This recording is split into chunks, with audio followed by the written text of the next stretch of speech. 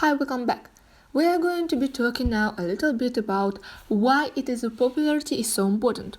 How come this is something that is affecting us so much when we are young? And how come it's something we seem to kind of gravitate towards for the rest of our lives? One thing I'm going to point out is the idea that it has become really expected. Recently, if you on the web, there is a lot of information about that trending. Whether you're on Twitter or whether you just even look at a news story or anything you see. You'll sometimes see these graphics that talk about how many times has a story been tweeted, or how many people have liked it on Facebook, or how many comments are there. In fact, even after you're done reading the story, they may be theirs icon again. I think one of the reasons why this happens is because it's based on the fundamental premise that if we see that a lot of people are really interested in something, we'll think somehow it's good, it's important. We want to do what everyone else is doing, even if we resist that idea is we think. I don't just conform. Still, we're kind of a bit influenced by that.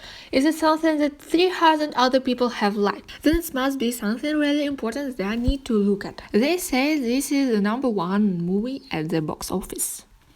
They're really trying to pull on the idea that it's popular and they're what means is good. But why does that work so well?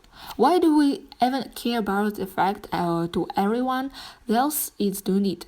I think are of interest to me, and I don't think my interests are going to be the same as for 100 other people to read the same news stories. It turns out that a lot of this might have to do with the way that we develop as species. Way back, I thought about this from an evolutionary perspective. So let's go back to the world of Caveman and Cave movement. Really thought about what life was like at that time because that's how we developed the brain we have today. That's not very long ago from the perspective of our biological development. So there are lots of ways what happens back then still influence us today and is still influence. So, have you ever noticed how if you're young, then other people around you were young? Or have you ever heard that when a woman live together in close quarters or spend a lot of time together, her menstrual cycles will start to synchronize? It says that when we were cave people a long time ago, we quickly learned that we're going to do a lot better if we live together. And if you kind of pay attention to single from each other. So if you think about it, if you went on your own well and you would have too hard time getting food. You could die in wild beast or whatever. You're not going to be able to eat all of that all by yourself. It's going to spoil and you're going to get sick and die. And evolutionary, you're going to be weeded out. And the more you stay in the herd, you more than you sleep when everyone sleeps. That's why you can all work together and move together at the same time. The more that everyone stops to give birth or to conserve new babies.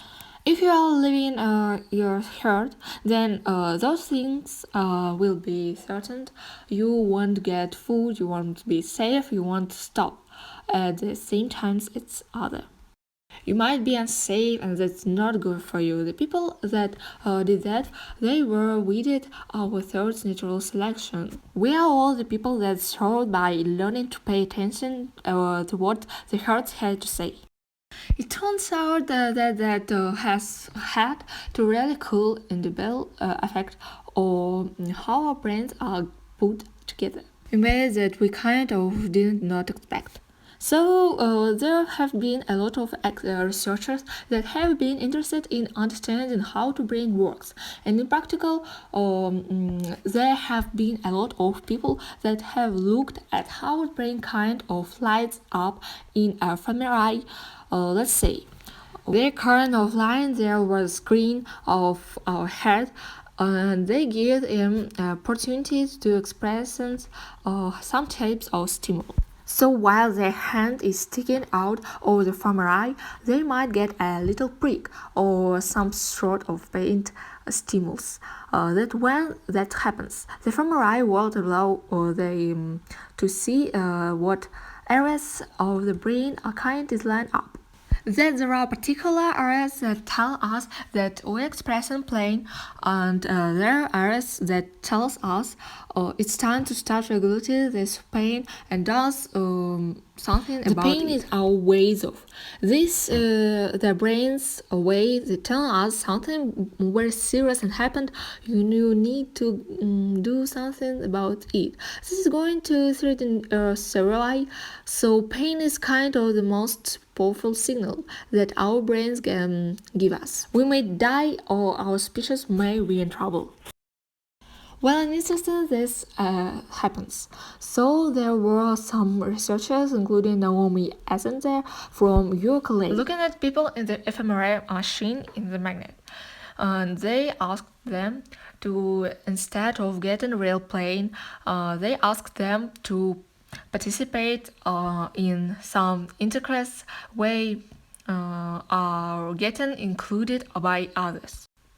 And sometimes they were just present, but either way, the experiment put on together.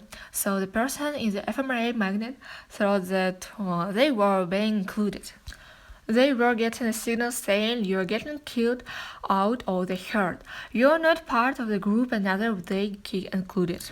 It turns out they were very surprised to find that when people got to signal to say that they were getting included, when we experience real physical pain, and this kind of led to the idea that there might be something called social pain.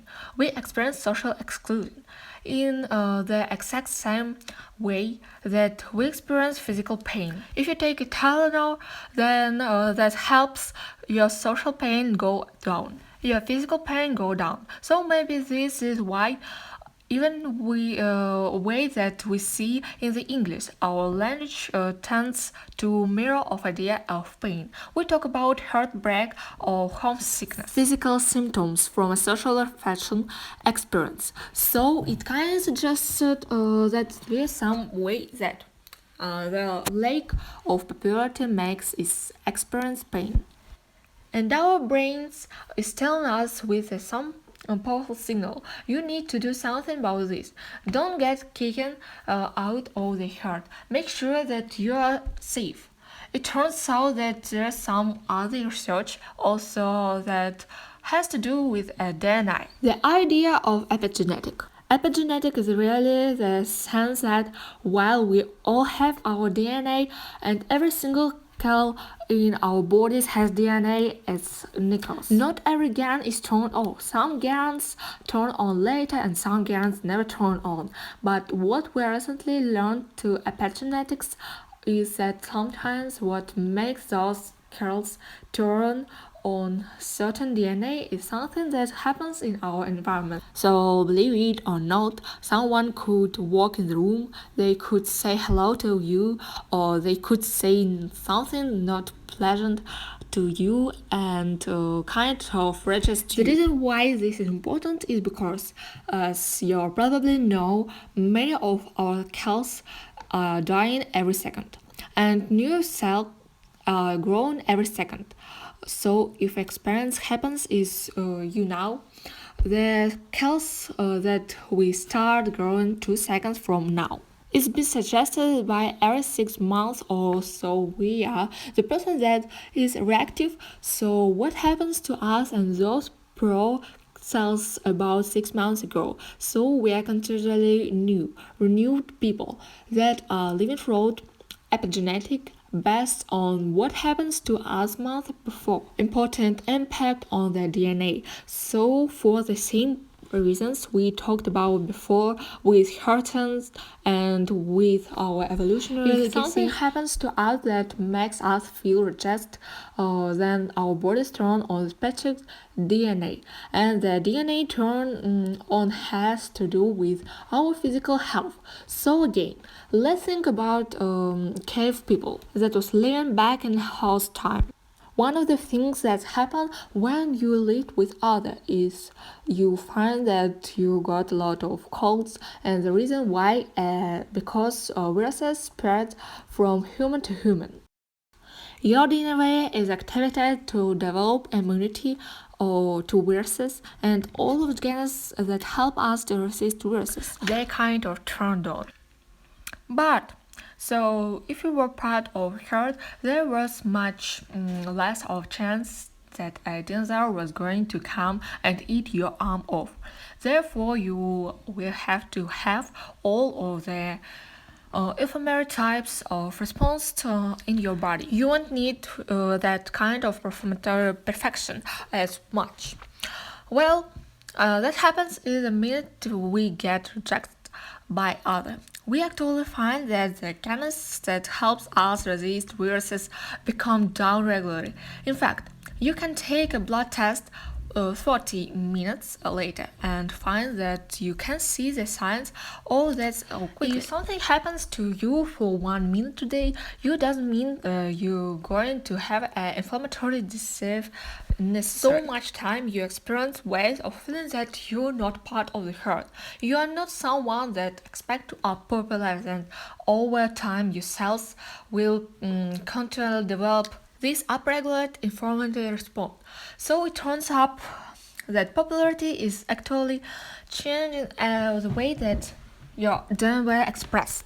And it turns out that the way that has a headback loop into our brains, and it even change our mood and our experience too. And we'll talk about more and later. So in summary, it's important to remember that one of the reasons why we seem to care so much about popularity, something we needed so softly. And the minute that we lose popularity, our body is preparing us for what will happen when we kick it out of the herd. And our brain is telling us with the most powerful signal you are needed to do something fix this. Do what you can and be part of a group. And that's really important. Our DNA is changing. This is all very adaptive. It's not really helpful for us today in the millennium that we live in now. You can go out for fun work on your own and get eaten by a dinosaur, so unfortunately our bodies are helping us in the way, but it's not necessarily helpful in today's society. And that's some of the reason why popularity plays such a huge role today. That aren't necessarily what we would have wished for.